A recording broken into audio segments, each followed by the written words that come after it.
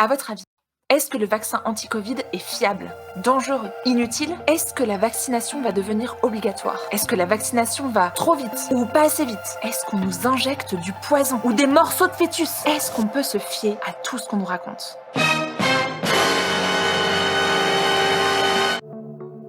Pour commencer, je dirais que on a beaucoup parlé, comme tu le dis, de Pfizer. Et ce que je vais dire maintenant par rapport à la question n'engage que moi. Je comprends très bien les personnes qui se posent des questions. C'est pour ça que beaucoup de gens se posent la question, comment est-ce que c'est allé si vite? Salut tout le monde, ici Jean-Christophe avec Christelle et Léa depuis les quatre coins de la francophonie. Donc vous l'aurez sûrement remarqué depuis quelques temps, il n'y a pas une journée qui se passe sans qu'on ait une nouvelle sur la vaccination ou les vaccins. Ouais, je sais pas comment ça se passe chez vous avec votre famille, vos amis, mais j'ai l'impression qu'on est là devant un vrai sujet qui divise, un sujet qui questionne. Moi aussi, j'ai plein de questions, plein de réflexions tout le temps à propos de cette histoire de vaccin, et je sais que je suis pas le seul parce que vous, chers auditeurs, êtes aussi concernés. Lorsqu'on a annoncé qu'on ferait un épisode sur le vaccin anti-Covid, on a reçu des dizaines et des dizaines de questions de la part de la communauté d'auditeurs du podcast Sagesse et Morito. Alors, pour nous éclairer sur ce sujet, on reçoit de façon exclusive le docteur Josué Mfopou, qui est directeur des opérations cliniques chez Pfizer. Vous avez bien entendu, la Pfizer Clinical Research Unit qui se trouve à Bruxelles. Alors préparez-vous pour un épisode super intéressant. En vérité, je vous le dis.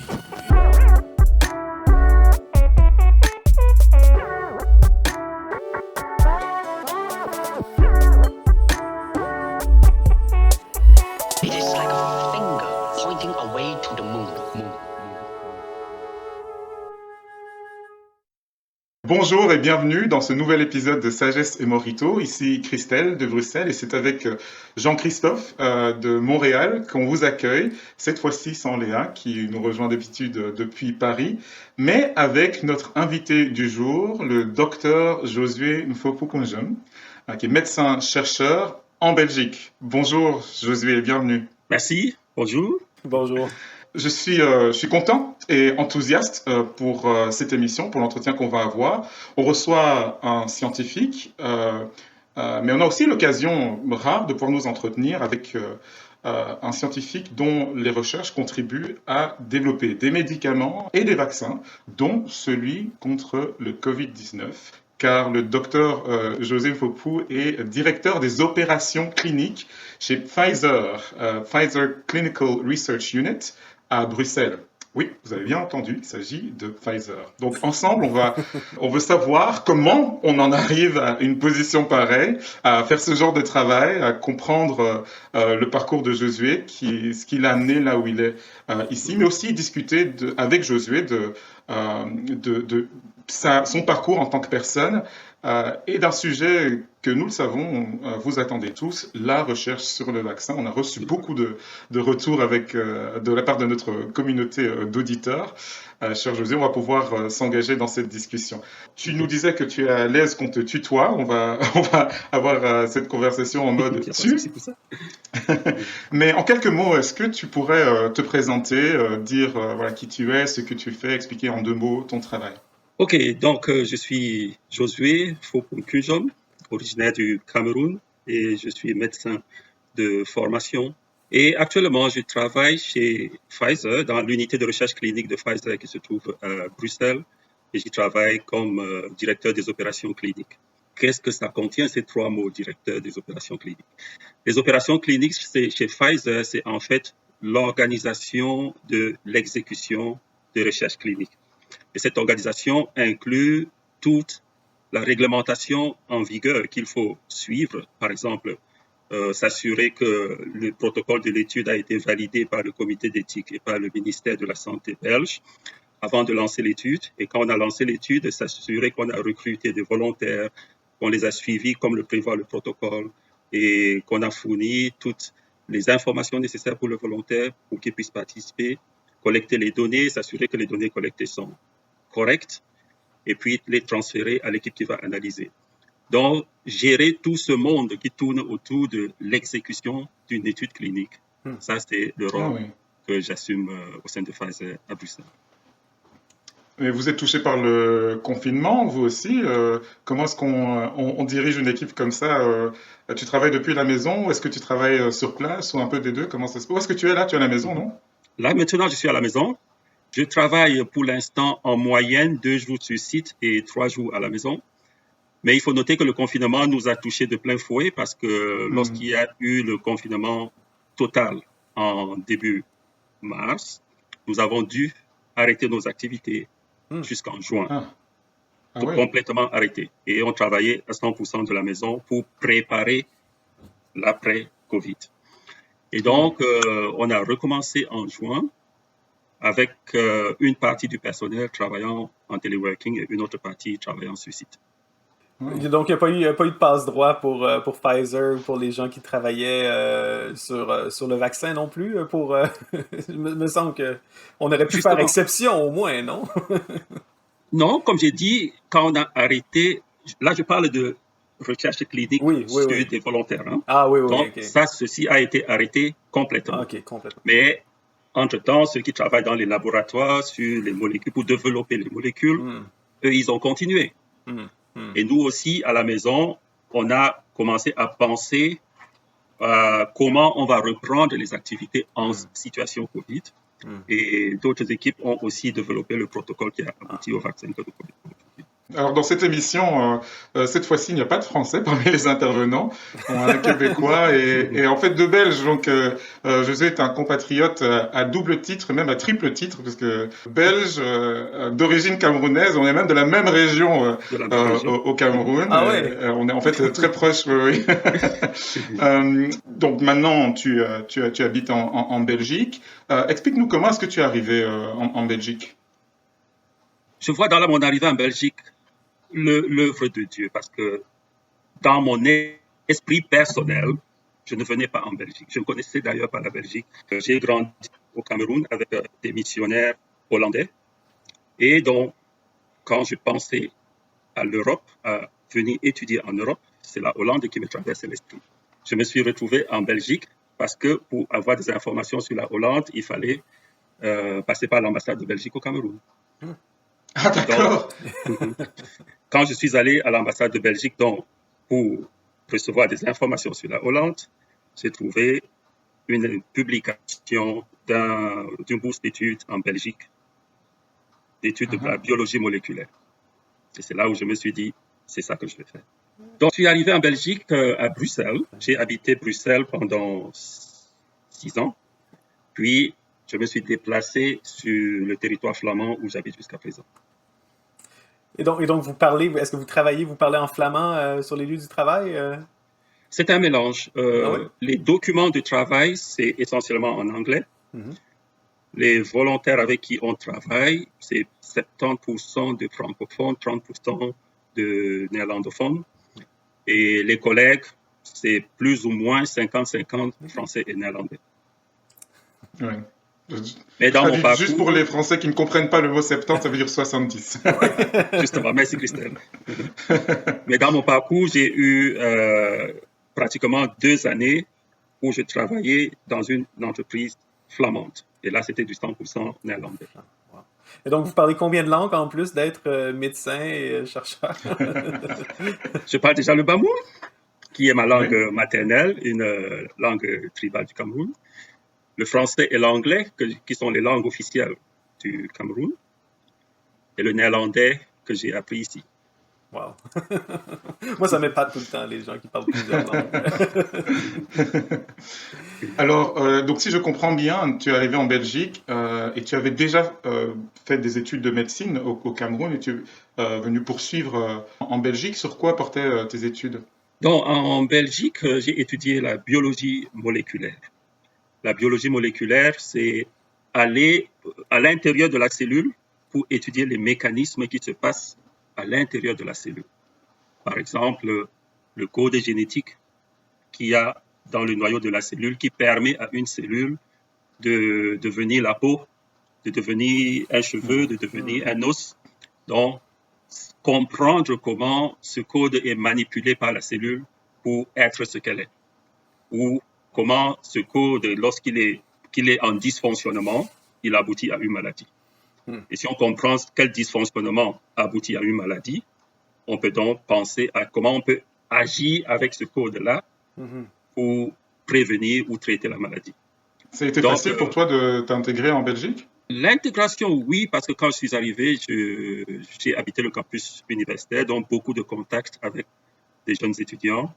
Et c'était enrichissant parce que quand on discutait, ils essayaient de comprendre comment quelqu'un qui avait déjà un travail peut abandonner tout ça pour venir dans un pays étranger étudier autre chose.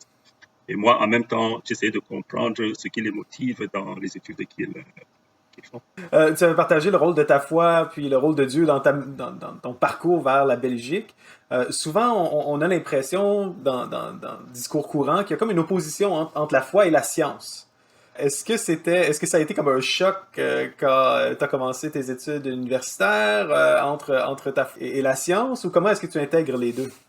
Ça, c'est une très bonne question parce qu'on a souvent voulu opposer la science et la foi. Et pourtant, quand nous remontons dans l'histoire, on se rend quand même compte que beaucoup de grands scientifiques étaient croyants ou sont devenus croyants en étudiant la science. Pour ce qui est de ma part, j'ai l'impression qu'avec ce parcours, j'ai renforcé ma foi. On nous a enseigné beaucoup de théories dans les classes du secondaire, en début d'université, pour expliquer l'origine du monde.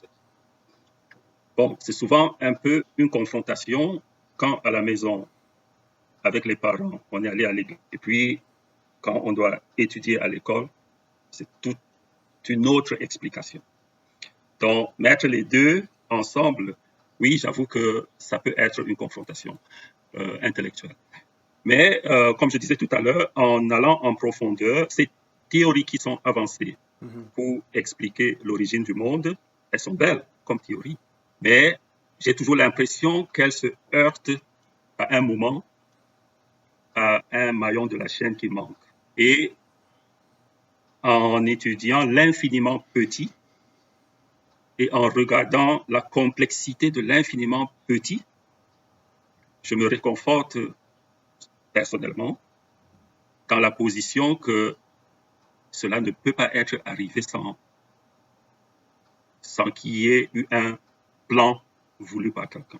Tu mentionnais plutôt tes recherches dans la biologie moléculaire puis à l'intérieur même de la cellule. Moi, ça m'a quand même toujours fasciné, même je ne suis pas du tout d'arrière-plan scientifique, ça m'a toujours fasciné à quel point juste une cellule humaine ou une cellule tout court, c'est infiniment complexe. Pour nos auditeurs, est-ce que tu peux nous donner des exemples ou nous expliquer comment est-ce que tu vois vraiment un plan dans la création là, d'une cellule humaine, ou comment est-ce que tu le vois, ou donner des petits exemples concrets comme ça pour l'illustrer?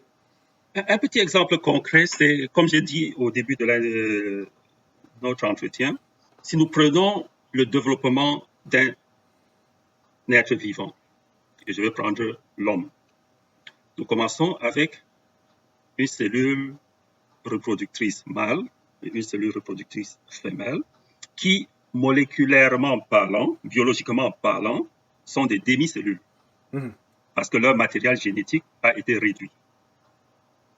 Et c'est quand ces deux se mettent ensemble que ça reconstitue une vraie cellule dont le matériel génétique complet est présent. Et à partir de cet instant, on a ce qu'on appelle une cellule souche, une cellule qui n'a pas une propriété définie. Et cette cellule unique est celle qui va devenir ma peau, mon œil, mon cœur, mon foie, mon intestin, tout ce qu'on peut imaginer comme cellule à l'intérieur d'un corps humain. Et comment se fait-il que cette cellule initiale puisse générer autant de cellules différentes? C'est grâce à cette information génétique qu'il y a dans son noyau, qu'on appelle le code génétique, et qui est lu par la cellule elle-même pour fabriquer les protéines qui vont déterminer une fonction d'une cellule. Ce code génétique, et c'est là où nous pouvons encore admirer les merveilles de la vie, ce code génétique a un alphabet de 4 lettres. 4 lettres seulement.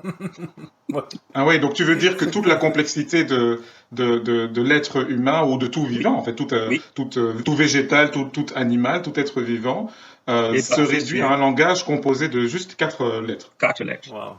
La disposition de ces lettres dans le gène va définir ce que ce gène code pour. C'est comme ça que Ouais. une cellule de mon pancréas va être capable de fabriquer l'insuline, alors que la cellule de mon foie ne le peut pas. Ouais, fascinant. Ça me rappelle mes cours de biologie à l'école secondaire.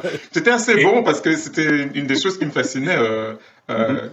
justement. Mais je me demande, est-ce que cette curiosité dont tu viens de nous parler, là, clairement, on voit ta fascination pour la complexité et la diversité du vivant. Est-ce que tu dirais que c'est une de tes motivations principales pour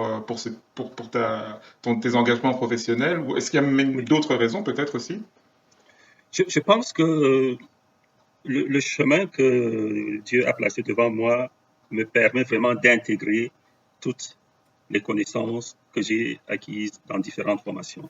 C'est-à-dire la Hmm. formation de médecine me positionne dans la compréhension du vivant et du vivant malade, Mhm. et la formation de biologie moléculaire me permet de mieux comprendre le vivant malade pour comprendre les mécanismes par lesquels on peut interagir avec ce vivant malade pour le guérir. Ah oui. Et c'est ainsi que dans mon travail actuel, lorsqu'un protocole d'étude arrive, j'ai cette facilité, grâce à ce background, à vraiment comprendre où on va, qu'est-ce qui est important dans ce qu'on fait et qu'est-ce qu'on doit vraiment prendre en considération pour s'assurer qu'on développe des médicaments qui sont de bonne qualité et qui peuvent aider nos patients.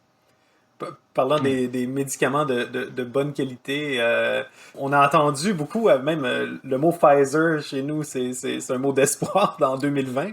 Maintenant qu'on est en 2021, on commence à recevoir des vaccins. Certaines personnes s'inquiètent à quel point ces vaccins-là sont sécuritaires.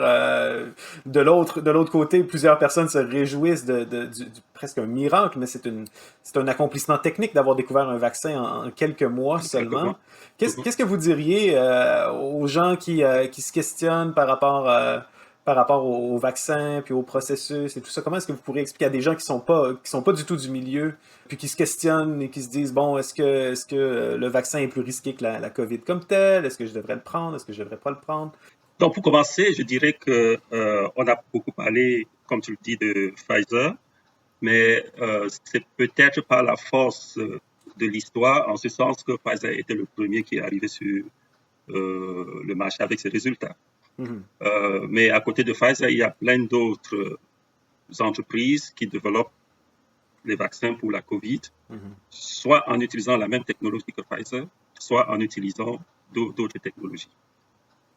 Et ce que je vais dire maintenant par rapport à la question n'engage que moi. Ouais. Ça n'engage Ça n'engage pas Pfizer. Voilà. Non, bien sûr. Et je le dis dans ce sens que je comprends très bien les personnes qui se posent des questions. Et ils se posent des questions par rapport au fait qu'ils ont été habitués à une certaine manière de faire. Mhm. En ce sens qu'avec la technologie des années 80 ou même avant, il fallait attendre 8, 9, 10 ans pour produire un vaccin. Parce qu'il fallait déjà développer l'antigène qu'on va utiliser pour vacciner.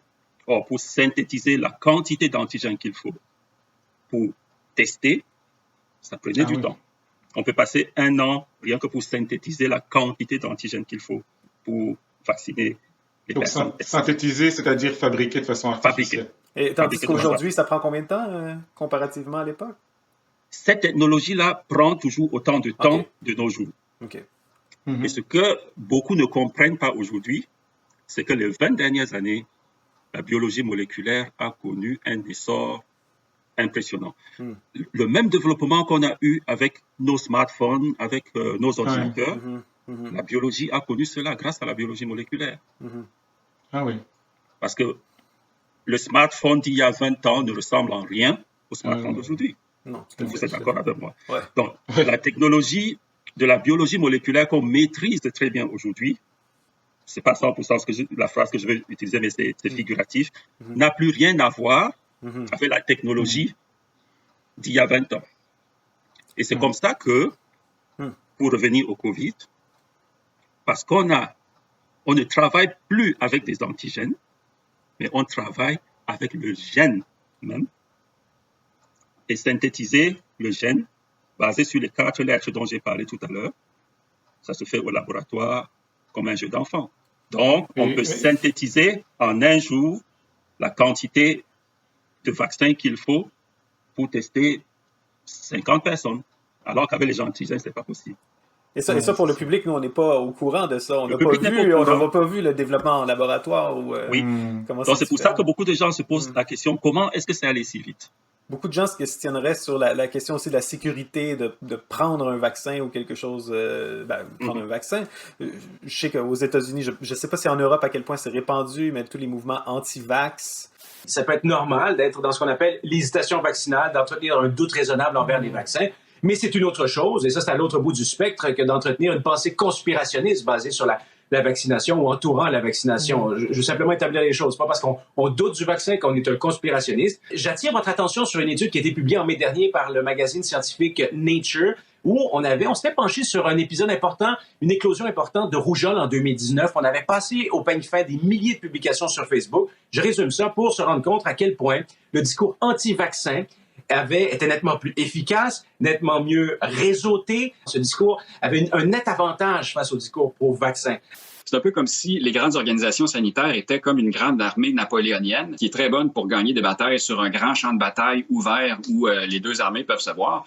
Sauf que les groupes anti-vaccins, eux autres, c'est plus une guérilla qu'ils font. Petit coup par petit coup. Pas pour rien, je pense que la plupart des groupes anti-vaccins évitent les débats publics avec des vrais experts. D'habitude, quand ils le font, ça se passe vraiment pas bien pour eux. Fait qu'ils font plus la guérilla, des petits coups sur Facebook ici et là avant de sortir. Qu'est-ce que vous répondriez à ces gens qui se posent des questions? Je pense que l'un des gros soucis de notre environnement actuel, c'est que nous vivons à l'époque des réseaux sociaux et beaucoup de ces réseaux sont très peu contrôlés.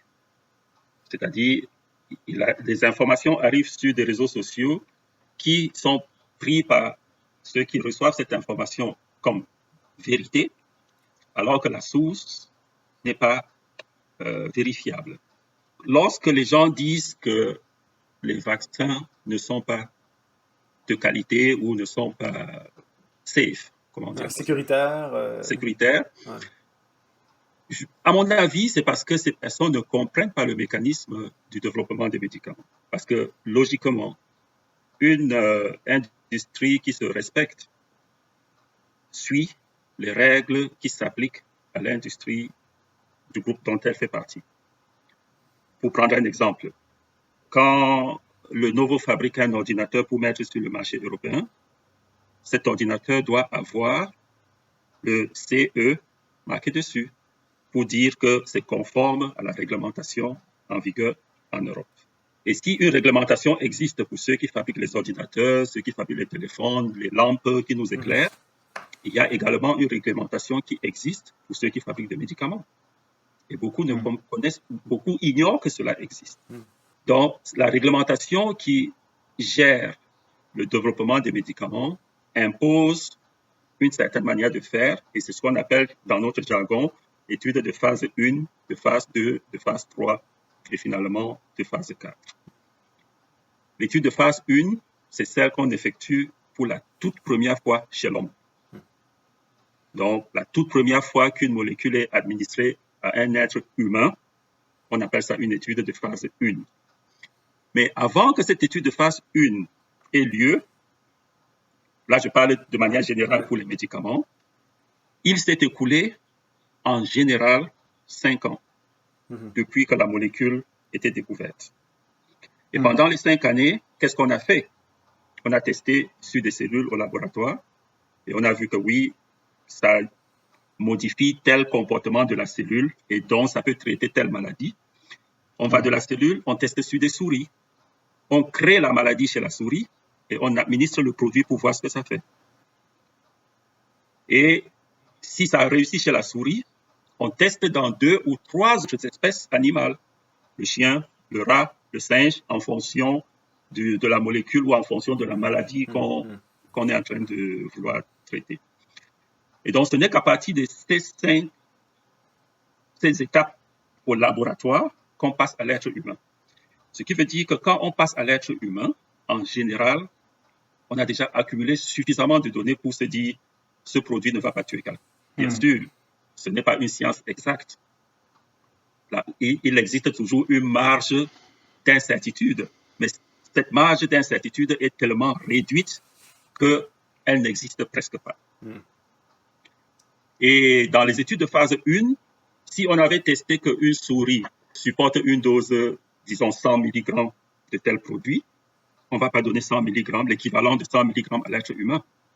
On va diviser cette dose peut-être par 100 ou par 1000 avant de commencer chez l'homme. Et puis on va monter progressivement pour créer cette sécurité, s'assurer que oui, c'est vraiment un médicament sécuritaire. Donc, ça, tu dirais que dans la procédure ici, toutes ces étapes protocolaires ont été respectées à la lettre. Oui.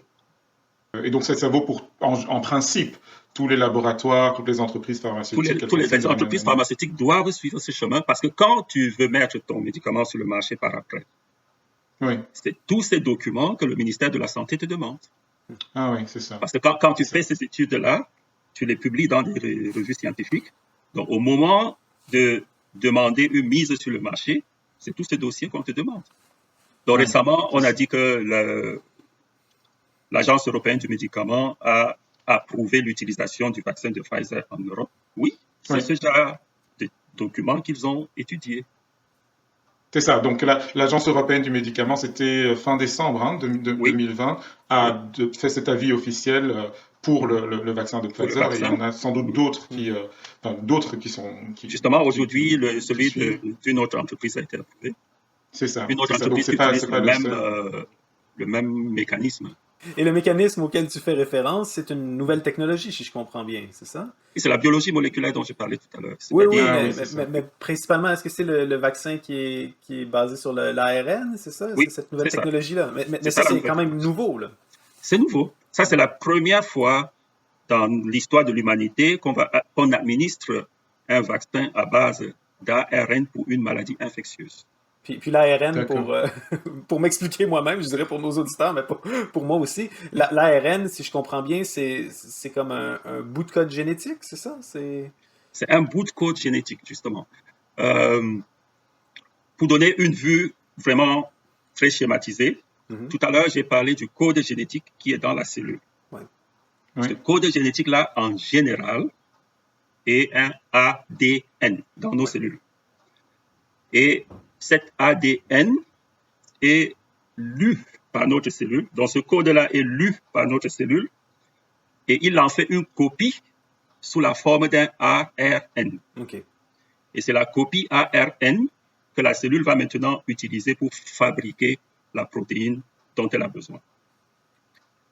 Et dans le cas présent, on a l'ARN, copie donc du code génétique du coronavirus.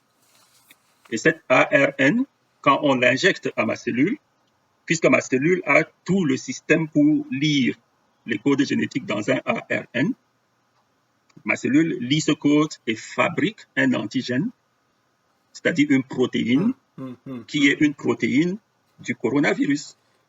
En d'autres termes, au final, j'ai dans mon corps, dans mes cellules, une protéine du coronavirus contre laquelle mon organisme va maintenant réagir parce que c'est un corps étranger. Et c'est une machine vraiment bien constituée. Et là, ces gendarmes qui sont ce qu'on appelle les cellules, les globules blancs. Les globules blancs dans notre sang jouent le rôle de gendarmes. Donc, chaque microbe qui s'aventure dans mon sang, ce gendarme vient contre. Et comment il arrive à venir contre? C'est parce que le microbe a ses protéines qui permet qu'il soit un microbe. Donc, le gendarme a le portrait robot du microbe. Et si bien que quand il identifie que, tiens, ça c'est un microbe dont j'ai le portrait robot, il va attaquer. J'ai une question. Est-ce que ça t'arrive de faire la vulgarisation scientifique à tes enfants? Oui. Oui, ok. Ça s'entend, Oui, ça s'entend parce que c'est très clair en fait. Oui, mais ramener la science à la compréhension de monsieur tout le monde, c'est une passion pour moi. Ouais, c'est fascinant parce que c'est super clair. Et moi, j'ai un flashback dans ma tête parce que j'ai grandi dans les années 80-90 avec Il était une fois la vie, ces vieux dessins animés qui expliquent le fonctionnement du corps humain. C'était vraiment bien. Donc Voici la vie, la belle vie toute pressée d'éclore. j'ai les images des policiers qui courent derrière les microbes, là, c'est vraiment bien. Quand ils parlent d'ADN, là, moi je vois les petits bonhommes jaunes là, avec les têtes de différentes formes qui dans l'émission. Oui, c'est ça. Génial. Et c'est toujours intéressant de faire comprendre à tout le monde que la science est parmi nous. Ouais. C'est notre quotidien. Mais si je comprends bien, pour beaucoup, c'est une question d'information en fait. Il faut comme toutes les polémiques autour du vaccin et même avant ça, autour du traitement du coronavirus. Bon, si on voit ça d'un autre angle, moi en tant que politologue, je trouve ça vraiment intéressant de voir que beaucoup des enjeux tournent autour de quel type d'information on a, quel type d'information on arrive à croire, quel type d'information est-ce qu'on transmet, comment est-ce qu'on développe un regard critique, donc quel rapport individuellement chaque personne a devant l'information. Et dans ton cas, il y a le fait que, bon voilà, tu as parlé de la technologie qui a permis de développer ce vaccin et donc des recherches qui se font en laboratoire et donc cachées aux yeux du public et c'est parfaitement compréhensible. Et donc toi tu vis dans ce monde-là, tu es au courant de ce qui se passe et je vois en fait des parallèles avec tout un tas de professions qui se font à l'abri du regard de pas mal de personnes, que ce soit les avocats qui traitent de dossiers, que ce soit les politiciens ou d'autres personnes qui ont un métier qui est caché du regard des gens, pas parce qu'on veut leur cacher de l'information, mais simplement parce que c'est juste la nature du métier. Mais une fois qu'on sort, oui c'est technique, voilà, mais qu'une fois qu'on sort du laboratoire, une fois qu'on sort du cabinet, du parlement, de l'endroit où on est, ou de l'université, le monde comprend différemment la réalité qui est la nôtre et peut avoir une image qui est différente, qui est parfois fausse, en fait, parfois biaisée, parfois juste. Mais je ne sais pas comment toi, personnellement, tu vis le grand écart qu'il faut faire parfois entre la réalité que tu as professionnellement en tant que scientifique, en tant que chercheur, et le fait qu'une fois qu'on sort de chez soi, les gens ne comprennent pas vraiment ce que tu fais. Ouais. Oui, je suis d'accord avec ton analyse que l'information est capitale dans ce qui se dit, ce qui se vit, comment ça se dit et comment ça se vit. Et je pense que c'est la raison pour laquelle je n'ai pas hésité quand la requête a été faite par rapport à cet entretien-ci. Parce que ça aussi, pour moi, c'est un canal par lequel nous pouvons apporter l'information aux auditeurs, qui à leur tour pourront apporter cette information à d'autres personnes. Parce que quelqu'un qui aura suivi ce dont nous discutons ici pourra, dans une discussion autour de ces questions, dire non, ce que vous dites là, c'est pas vrai parce que j'ai entendu ceci, entendu cela. Donc, je pense que un autre travail du scientifique, c'est d'être à mesure de ramener sa connaissance au niveau du public dans différents forums, dans différentes sortes de discussions. Il est vrai que le travail que nous effectuons sont publiés dans des revues scientifiques, mais le public ne lit pas ces revues. Donc, on a vraiment besoin d'autres canaux pour pouvoir disséminer le résumé ou la quintessence de ces informations. Oui, puis le public est pas nécessairement ignorant, mais c'est peut-être très technique. C'est la nature même de vivre dans une société spécialisée, technologique, dans le sens que ce que vous faites en biologie moléculaire est aussi incompréhensible pour un physicien nucléaire que pour... Voilà. C'est pourquoi je disais que c'est très technique. Et même si on publie dans les revues scientifiques, un littéraire qui lirait ce texte n'y comprendrait rien. J'imagine même des fois entre biologistes moléculaires Même entre biologistes. spécialisés dans des domaines différents, vous ne Voilà, comprenez même pas. il peut ne pas comprendre. Donc, on a besoin à un moment que ces informations soient rendues digestes pour le commun des mortels. Eh bien, en tout cas, merci. C'est un exercice auquel on s'est livré là maintenant. On aurait pu prendre plus de temps. D'ailleurs, je pense que ce serait intéressant d'essayer de temps en temps de parler de ça ensemble. Et puis, on a pu interagir là avec beaucoup de questions en fait qui nous ont été posées par la communauté des auditeurs du podcast Sagesse et Morito. Il y aura d'autres informations qui seront disponibles sur le site imagodei.fr.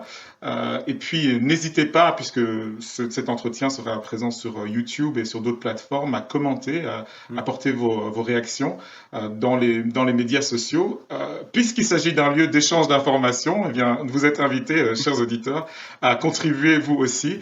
Et puis, voilà, si vous avez d'autres questions que vous souhaitez poser ou faire entendre, est-ce qu'on peut se tourner vers toi, docteur Josué? Je reste ouvert. Ah, merci beaucoup. Et mille merci au docteur Josué Mfopu Kunjom de nous avoir rejoints. It is like a finger pointing away to the moon.